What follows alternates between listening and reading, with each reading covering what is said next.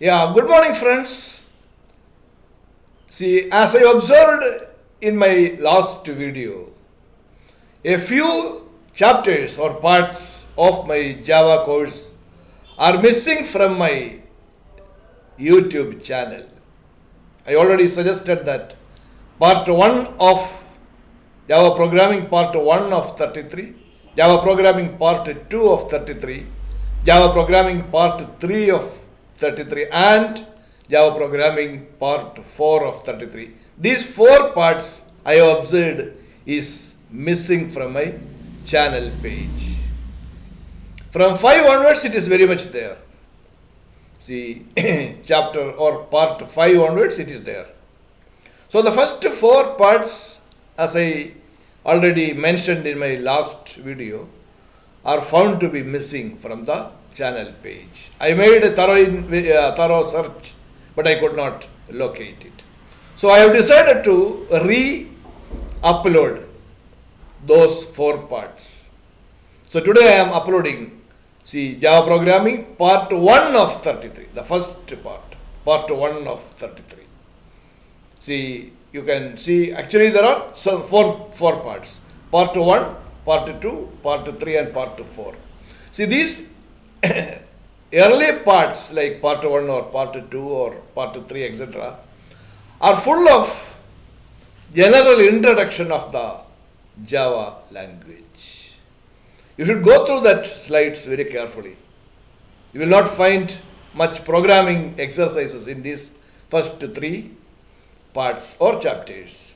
It's full of theory. Theory in the sense, see, very in-depth explanations of the concepts behind the Java language, its inception, its all the features of Java language, and its connection with the internet and all those things.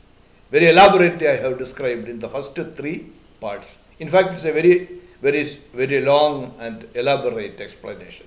But you should go through each and every slide carefully because it helps you a lot in understanding the spirit of Java. It gives you a great insight into the Java language, the features of the Java language, and the importance of Java language in comparison with other popular programming languages. Still, why Java is very much in the demand. All those things you can get through. You can have a clear idea about. So, my suggestion is you please go through these first three parts very carefully. In the fourth part, we are actually coming out with the setting up of the development environment, the installation of the Java software, then its corresponding IDE. See, in fact, we are using Eclipse IDE, a very detailed explanation of how to install the Eclipse IDE, and from there onwards, we are starting lots and lots of programs. So, first three parts or first three chapters is full of theory. Theory in the sense, it's a very detailed explanation of the features of the Java language, its history, background, all those things.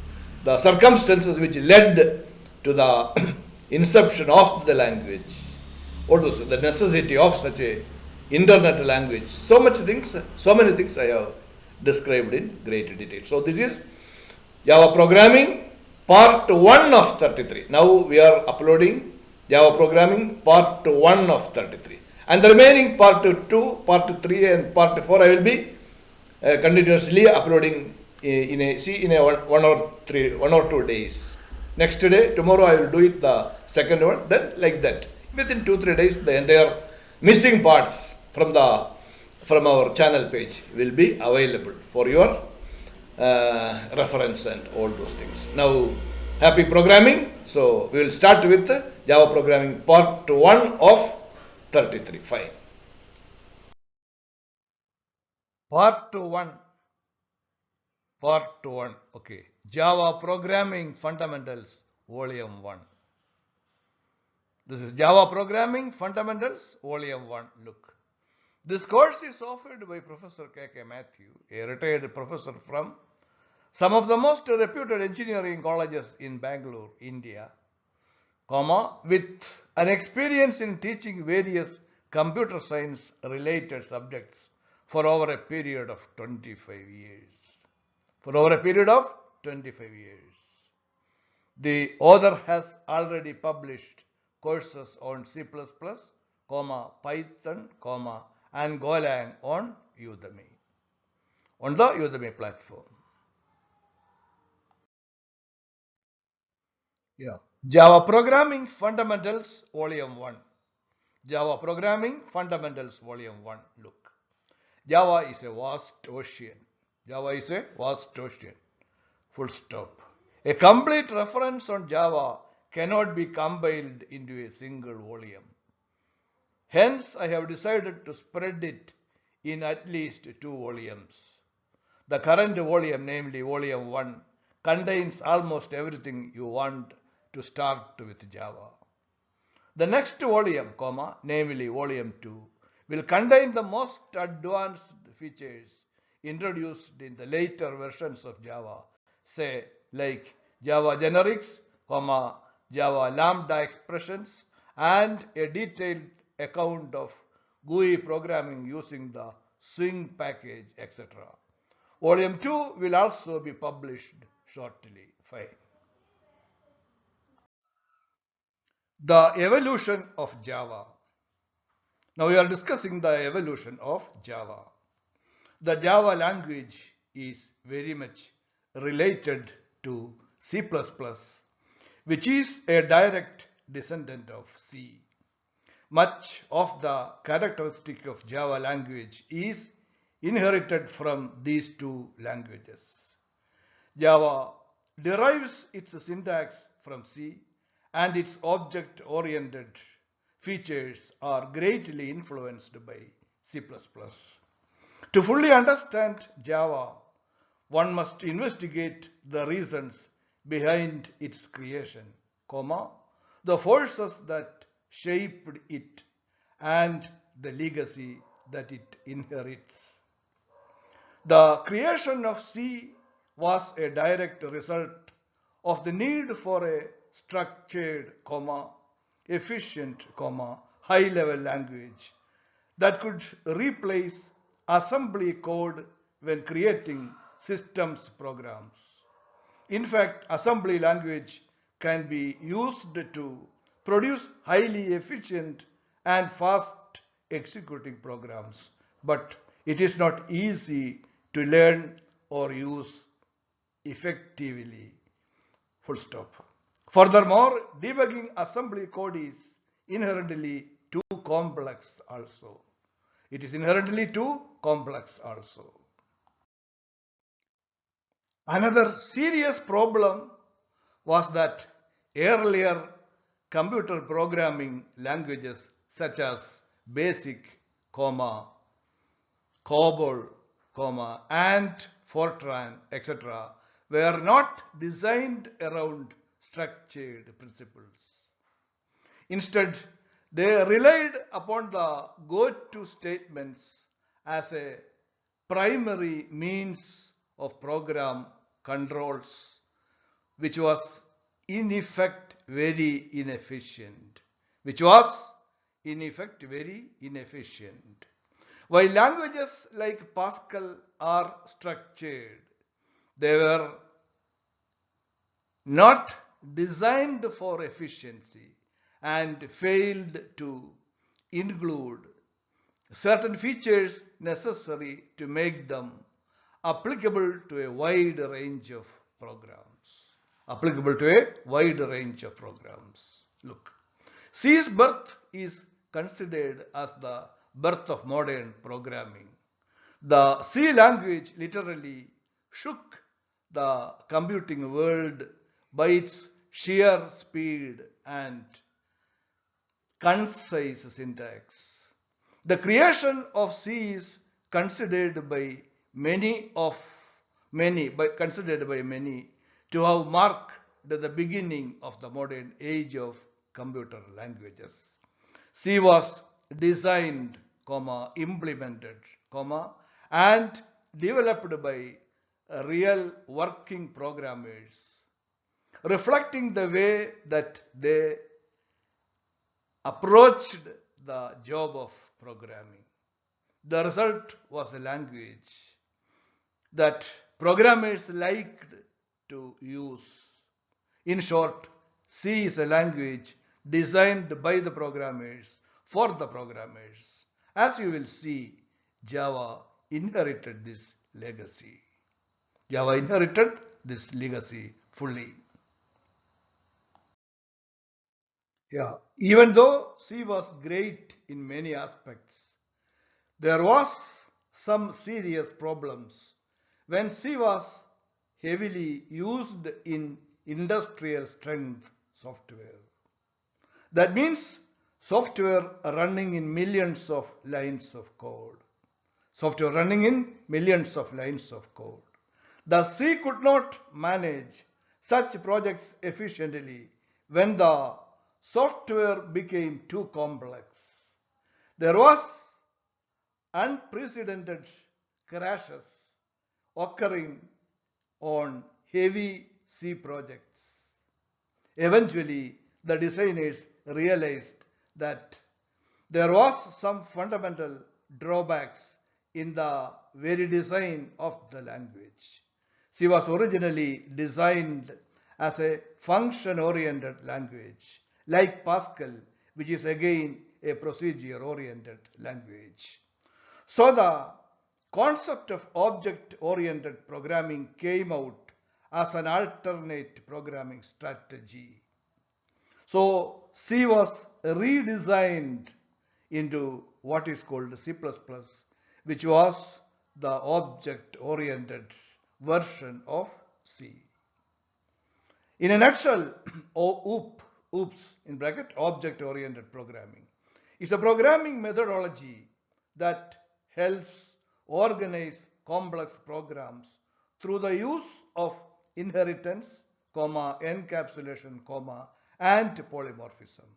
In the final analysis, although C is one of the world's greatest programming languages, there is a limit to its ability to handle complexity. C++ added features that enabled it to break the threshold of this complexity, allowing programmers to comprehend and manage larger programs. That's it. They were now able to manage larger programs with the help of the so-called C++ language. Yeah, by the end of the 80s and beginning of the 90s, object-oriented programming using C++ took absolute hold. In fact, the general impression in that period was that the perfect language has already reached the stage, because C++ blended the most concise syntax of C combined with the object-oriented paradigm. It was a language that could be used to create a wide range of programs. However, just as in the past, forces were emerging that would once again drive computer languages evolution forward. There emerged the World Wide Web and the Internet that facilitated another revolution in programming. Java was thus born. Yeah, this is how Java was born.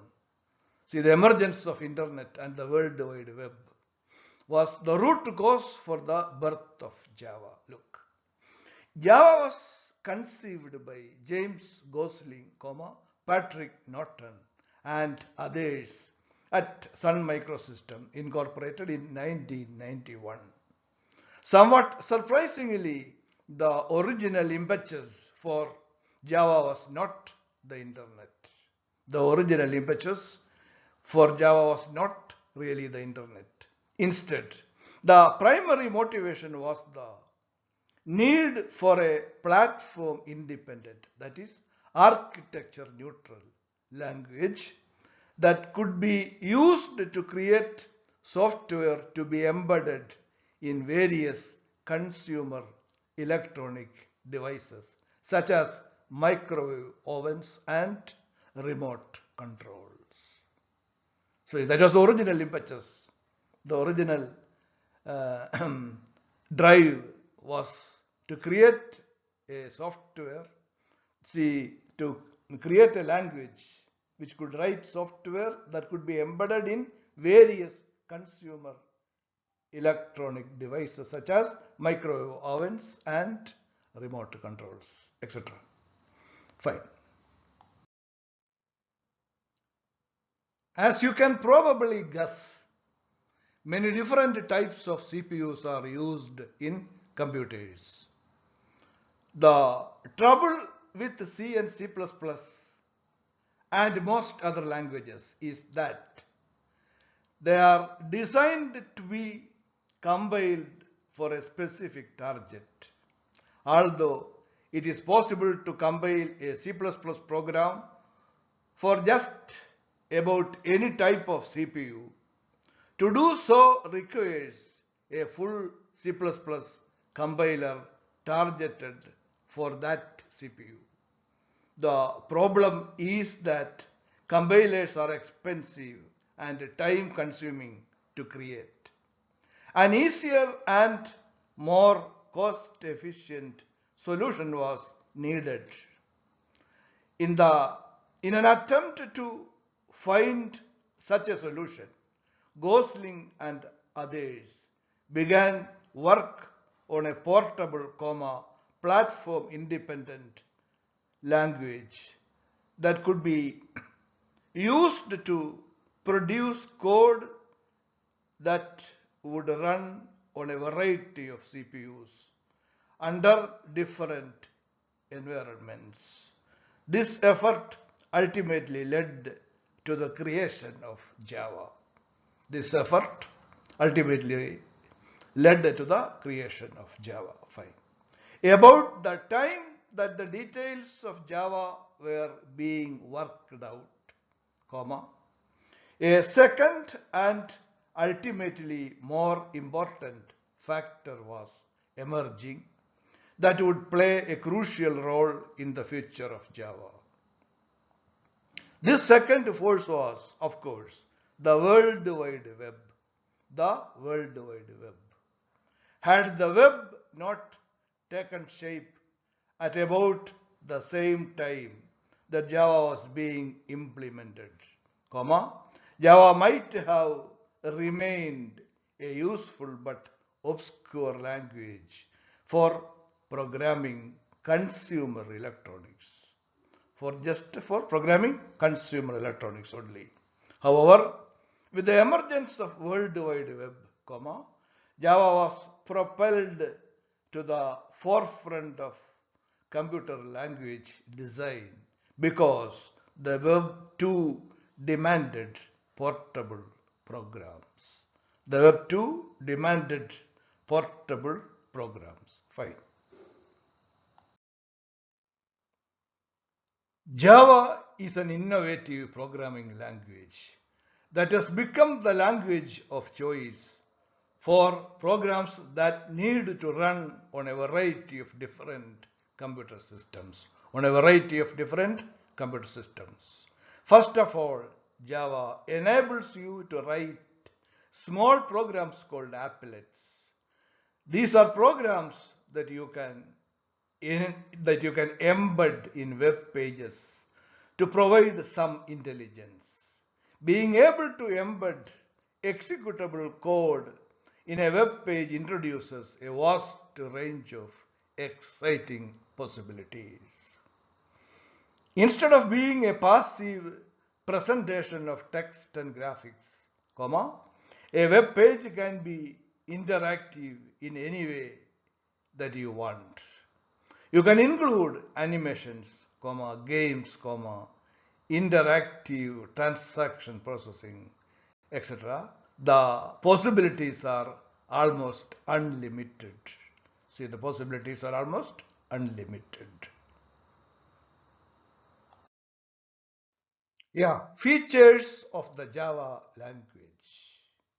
We are now discussing the features of the Java language. See, the most important characteristic of Java is that it was designed from the outset to be machine independent. To be machine independent. You can run Java programs unchanged on any machine and operating system combination that supports Java. Java programs are intrinsically more portable than programs written in other languages. Fine. An application written in Java only requires a single set of source code statements, regardless of the number of different computer platforms on which it is run. In any other programming language, the application frequently requires the source code to be tailored to accommodate different computer environments, particularly if an extensive graphical user interface is involved.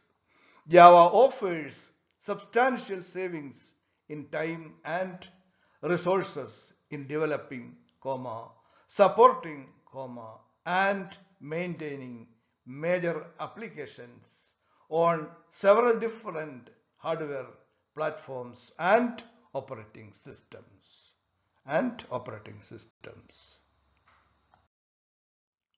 Yeah, features of the Java language continued. We are continuing our discussions on the features of the Java language.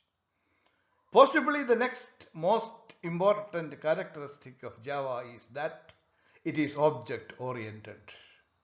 The object oriented approach to programming is an implicit feature of all Java programs. So you find out what this means later in our discussions. We will have an elaborate discussion on object oriented features of Java. Fine.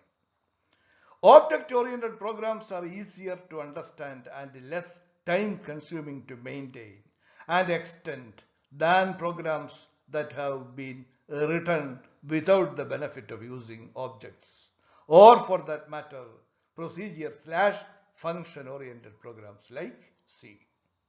It's definitely much different from procedure-oriented or function-oriented programs like programs written in C.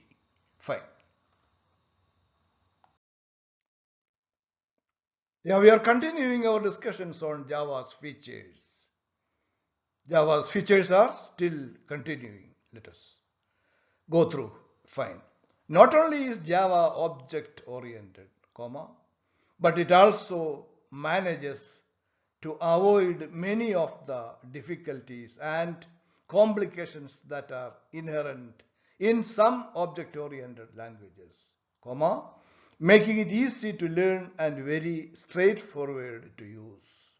By and large, it lacks the traps and gotchas that arise in some other programming languages. Fine. It is that straightforward.